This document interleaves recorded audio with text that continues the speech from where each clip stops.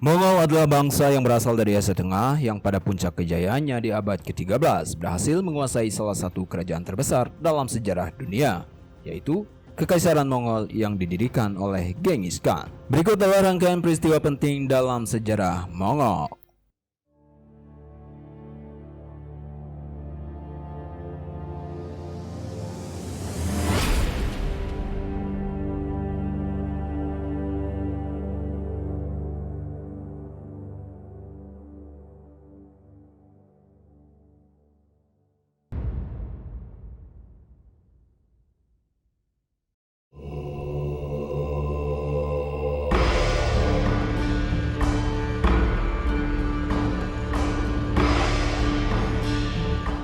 Genghis Khan lahir dengan nama Temujin pada sekitar tahun 1162 di Mongolia.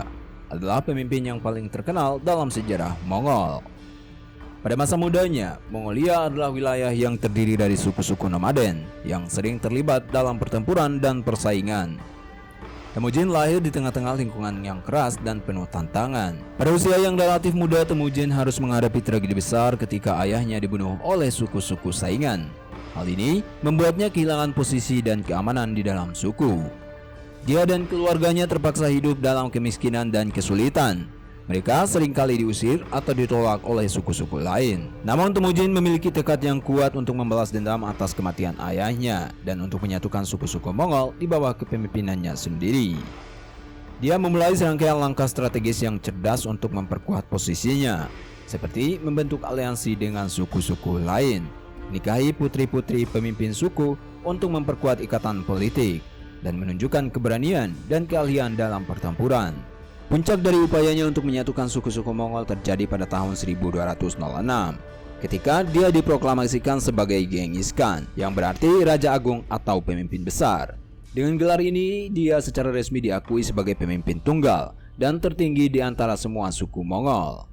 Genghis Khan tidak hanya mencapai persatuan politik, tetapi juga berhasil membangun sistem militer yang kuat dan efisien. Sebagai pemimpin, Genghis Khan memiliki visi yang luas untuk mengembangkan kekaisaran Mongol di luar perbatasan yang semula. Dia memulai serangkaian kampanye militer yang berhasil menaklukkan wilayah-wilayah yang luas, termasuk Tiongkok Utara, Siberia, Persia, dan sebagian besar di Asia Tengah. Kekuasaannya membentak di Laut Tiongkok Timur, di timur hingga Laut Kaspia di barat. Sementara pemerintahannya, Genghis Khan tidak hanya dikenal sebagai seorang pejuang yang ulung, tetapi juga sebagai seorang administrator yang bijaksana. Dia memperkenalkan berbagai reformasi politik, hukum, dan administrasi yang memperkuat kekaisaran dan memungkinkannya untuk berfungsi secara efisien.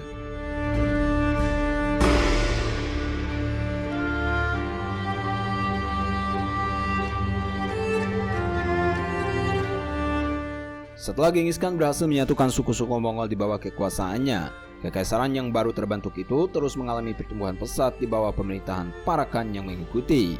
Berikut adalah beberapa poin penting terkait ekspansi kekaisaran Mongol.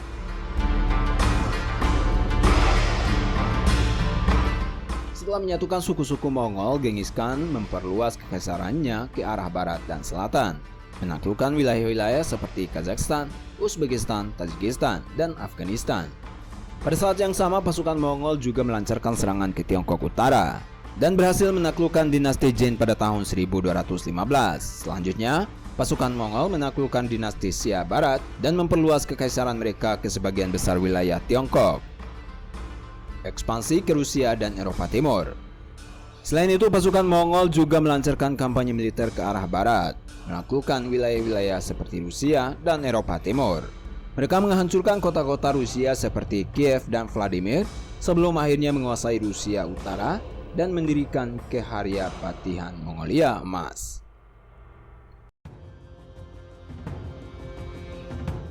Ekspansi ke Timur Tengah dan Persia di bawah pemerintahan penerus Genghis Khan seperti Ogedei Khan dan Mongke Khan, kekaisaran terus berkembang ke arah barat daya, menaklukkan Persia, wilayah Kaukasus, dan sebagian besar Timur Tengah.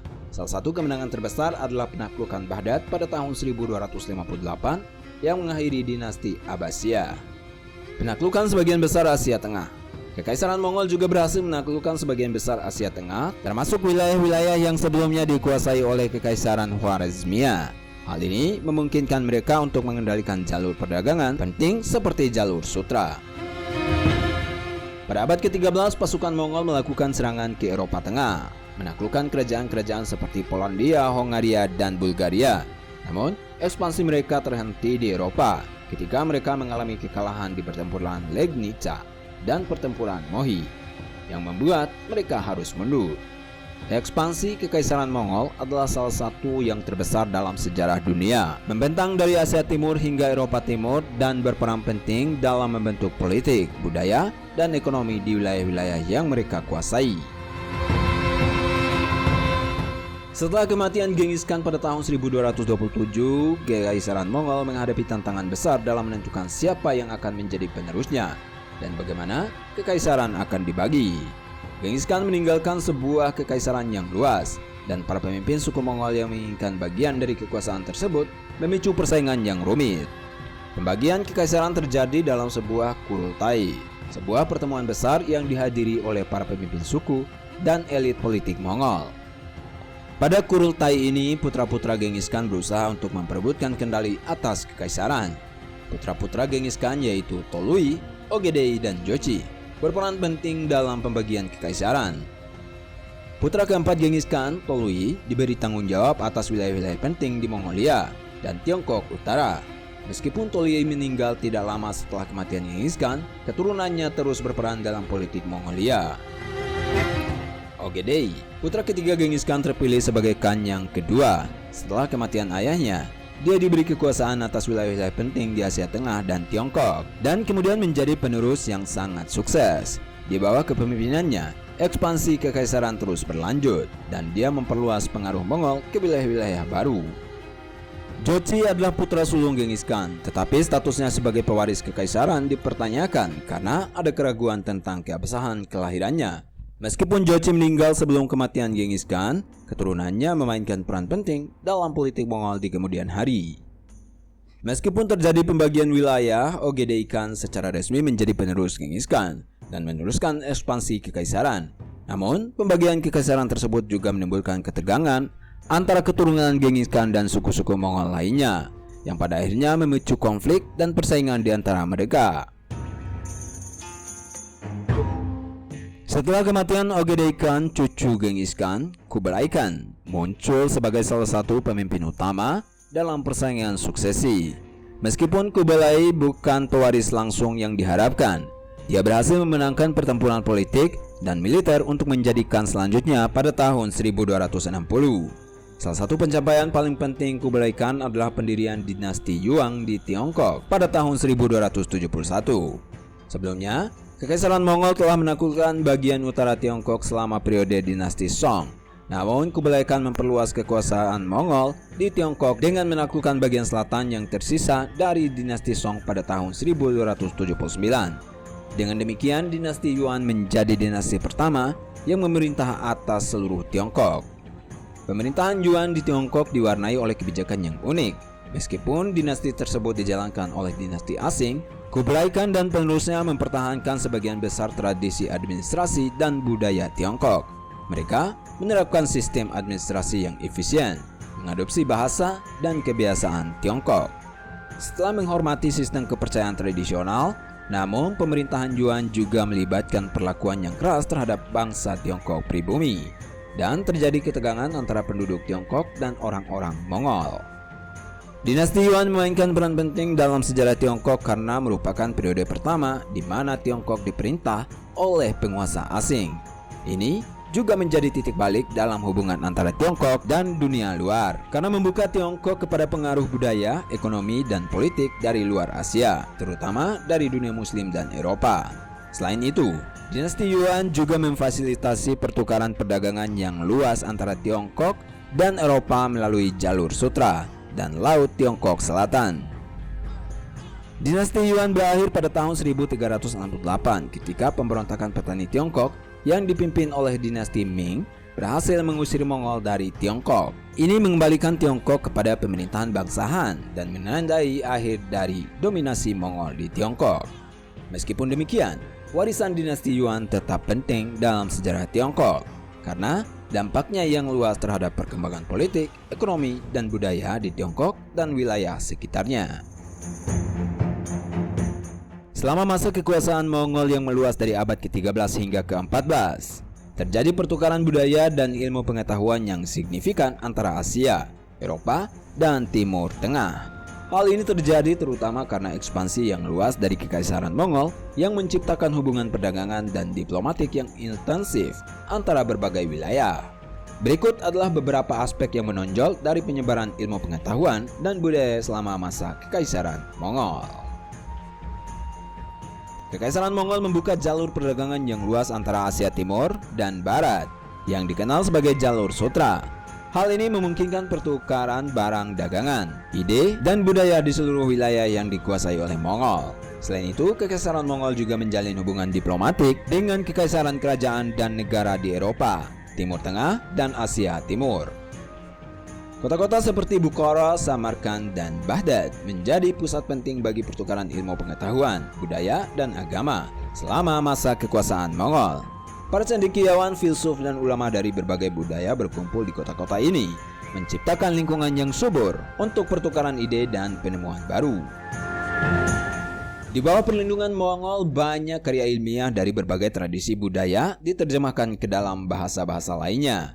Misalnya, banyak karya ilmiah dari Arab dan Persia diterjemahkan ke dalam bahasa Mongol, Tionghoa, dan bahasa-bahasa Eropa. Ini memungkinkan akses yang lebih luas terhadap pengetahuan dan pemikiran dari berbagai tradisi budaya. Pertukaran budaya juga terjadi melalui penyebaran teknologi seperti teknik pertanian, manufaktur, dan senjata. Contohnya adalah penyebaran teknik irigasi yang maju dari Timur Tengah ke Asia Tengah dan Tiongkok, serta penyebaran senjata api dan bubuk mesiu dari Tiongkok ke Eropa. Perdagangan yang berkembang pesat di bawah kekuasaan Mongol menyebabkan pertumbuhan kehidupan kota dan ekonomi di banyak wilayah. Kota-kota perdagangan seperti Samarkand, Bukhara, dan Beijing menjadi pusat kegiatan ekonomi dan budaya yang sibuk. Penyebaran ilmu pengetahuan dan budaya selama masa Kekaisaran Mongol memainkan peran penting dalam pengembangan peradaban manusia. Ini membantu menghubungkan berbagai budaya dan tradisi pengetahuan, memfasilitasi pertukaran ide dan inovasi, dan membuka jalan bagi perkembangan budaya dan ilmu pengetahuan di masa depan. Setelah mencapai puncak kejayaan pada abad ke-13, Kekaisaran Mongol mulai mengalami kemunduran yang signifikan pada abad ke-14. Beberapa faktor berkontribusi terhadap kemunduran dan keruntuhan Kekaisaran Mongol termasuk pemberontakan lokal. Di wilayah yang dikuasai oleh Mongol terjadi pemberontakan lokal yang sering kali dipicu oleh ketidakpuasan terhadap pemerintahan Mongol yang otoriter dan penindasan yang dilakukan oleh pasukan Mongol terhadap penduduk setempat. Pemberontakan ini memakan banyak sumber daya dan energi dari pemerintahan Mongol. Persaingan internal. Setelah kematian Khan Mongol yang kuat seperti Kublai Khan, terjadi persaingan internal di antara anggota keluarga kerajaan Mongol untuk mendapatkan kekuasaan. Persaingan ini melemahkan kekaisaran secara internal dan mempengaruhi kemampuan kekaisaran untuk mempertahankan kekuasaan di wilayah-wilayah yang dikuasai. Salah satu teori yang diusulkan untuk menjelaskan keruntuhan Kekaisaran Mongol adalah teori yang disebut teori Mongol. Teori ini berpendapat bahwa Kekaisaran Mongol yang didasarkan pada sistem politik dan ekonomi yang terpusat di sekitar kekaisaran tidak dapat bertahan dalam jangka panjang karena kurangnya integrasi budaya dan ekonomi di antara wilayah-wilayah yang dikuasainya. Akibatnya kekaisaran menjadi rentan terhadap pembagian internal dan serangan dari musuh-musuhnya.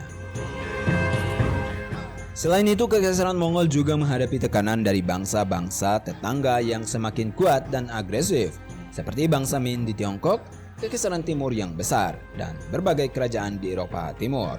Serangan-serangan dari bangsa tetangga ini mengakibatkan hilangnya wilayah-wilayah penting dan melemahkan posisi Kekaisaran Mongol secara keseluruhan. Pada akhirnya, kombinasi dari faktor-faktor tersebut menyebabkan keruntuhan Kekaisaran Mongol pada abad ke-14. Meskipun kekaisaran tersebut pecah menjadi beberapa kekhanan yang lebih kecil, seperti Kekhanan Timur, Kekhanan Barat, dan Khan Cina Selatan. Era kejayaan Mongol yang besar telah berakhir, dan wilayah-wilayah yang pernah dikuasainya akhirnya jatuh ke tangan kekuasaan lain.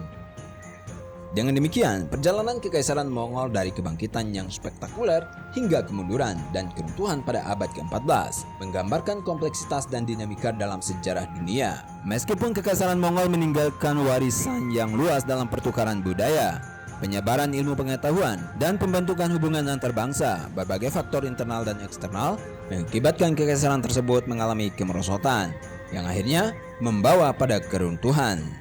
Meskipun begitu, warisan kekaisaran Mongol terus memberikan pengaruh dan mempengaruhi perkembangan budaya, politik, dan ekonomi di berbagai wilayah di seluruh dunia. Dalam mengkaji sejarah Mongol, kita dapat menemukan pelajaran berharga tentang kompleksitas perjalanan kekuasaan, pertukaran budaya, dan dinamika politik dalam peradaban manusia.